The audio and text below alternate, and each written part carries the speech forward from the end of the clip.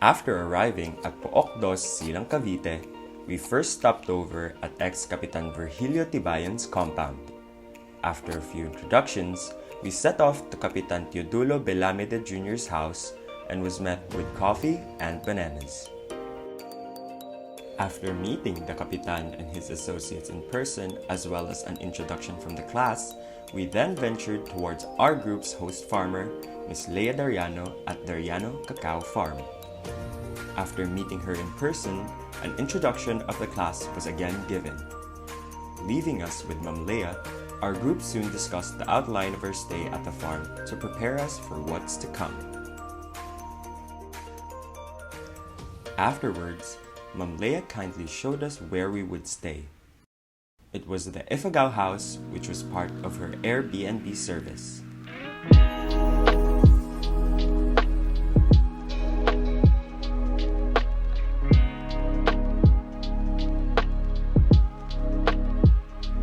Dariano!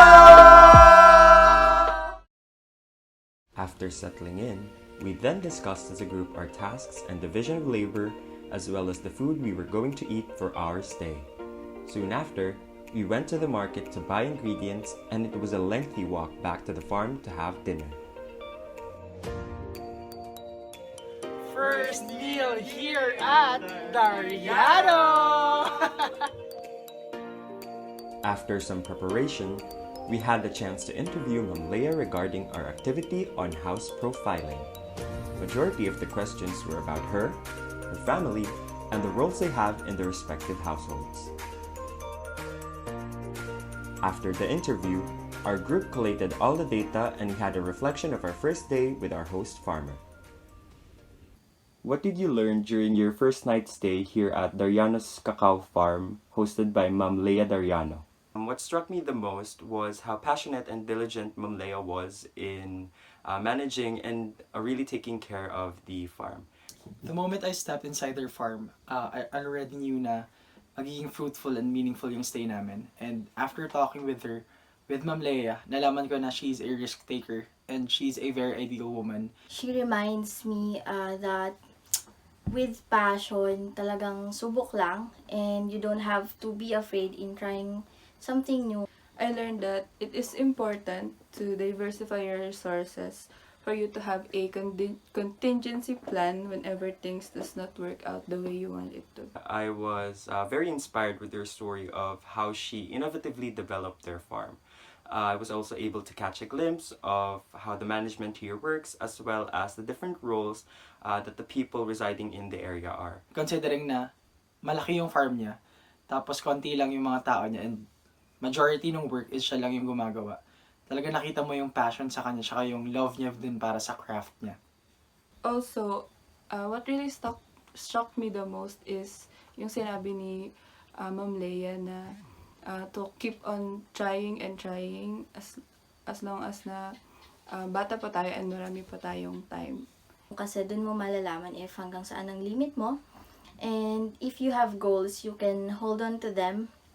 And step by step, slowly, you can build those things up and ma-achieve mo din siya through time. So, yun talaga yung pinaka na-struck sa akin during our interaction with her na subok lang.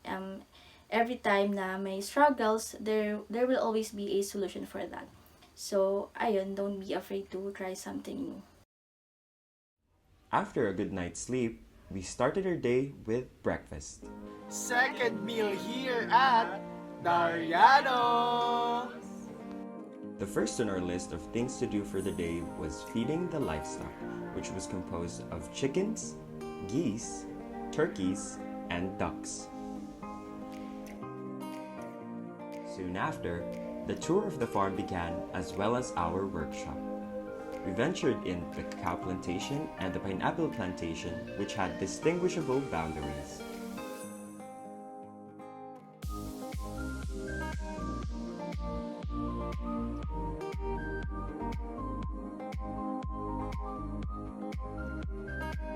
Whilst touring, we harvested some of the ripe cacao fruits, as well as conducted some pruning,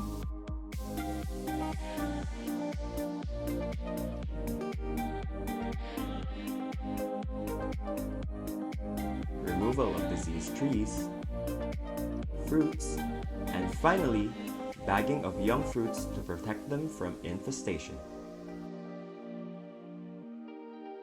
After the tour, our group was able to gather a total of 37 fruits for our workshop. The next procedure was cracking the fruit, which could be done in two ways, by means of using a mallet or a knife. Our group opted for the mallet as it was more beginner-friendly as opposed to the knife.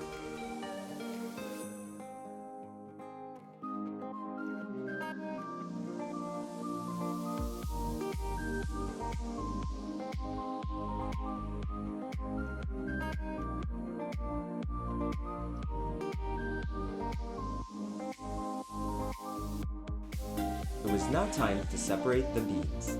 Whilst doing this, our group was given permission to chew on the pulp to taste the flavor of the cacao.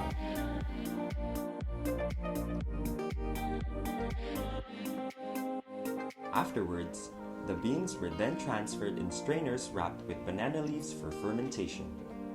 These will be contained for around 7 days with constant stirring every 2 days.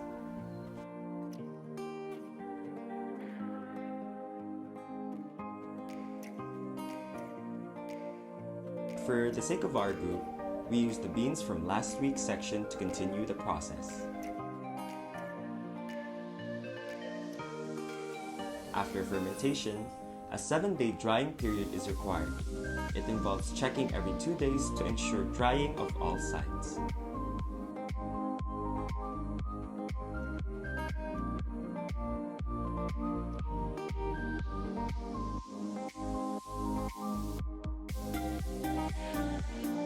Of course, after drying, it was time to cook the beans. It can be done in 2 ways, using a machine or via stove, which had to be stirred for an hour.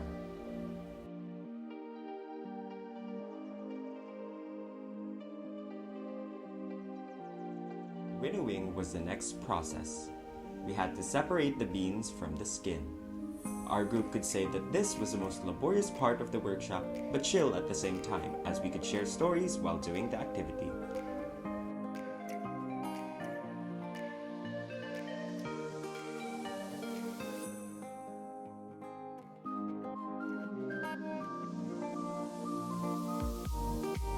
After peeling, it was then time for lunch. Third meal here at Dariano! Moving on to the next process, it was time to store the skin and beans in its containers for preservation.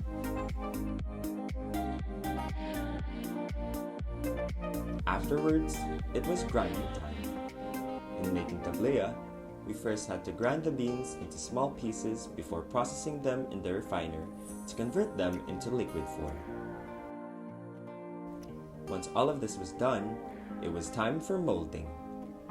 We had to pour the liquid in molds to shape them before storing in the fridge.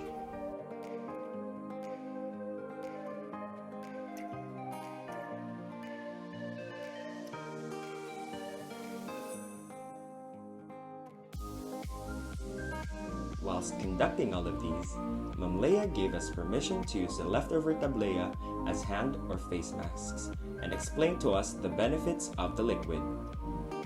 Skincare here at Dariano! After the workshop, we were then offered a snack by Ma'am Leia. Fourth meal here at Dariano's! This was soon followed by an interview regarding our activity on farm profiling. Majority of what we asked were questions concerning the management of the farm, its different components, and how resources flow in and out of their business. We were then given the rest of the day to gather our data, and soon after, we had our dinner. Fifth meal here at Dariano's! We soon met up with our class and professor to discuss our findings as well as prepare for the FGD for the following day.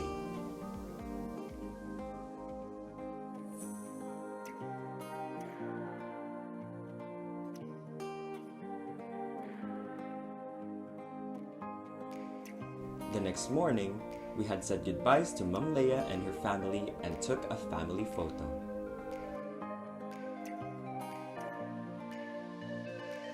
The FGD with the barangay officials was soon conducted, and majority of the questions of each group revolved around the issues we observed while talking with our respective farmers. After a quick wrap-up, it was time to pack our bags and head home. All in all, our experience here in Pook Dos, Silang Cavite was something worthwhile. Not only were we given the chance to observe the situation of each farmer, but the experience of living their lives for a few days will surely be embedded in our hearts. This was a very fruitful experience from the start to the end, and a very informative endeavor indeed. The bond we shared with our host farmer is priceless and will surely live on, and the memories we have built in those 3 days will surely last a lifetime.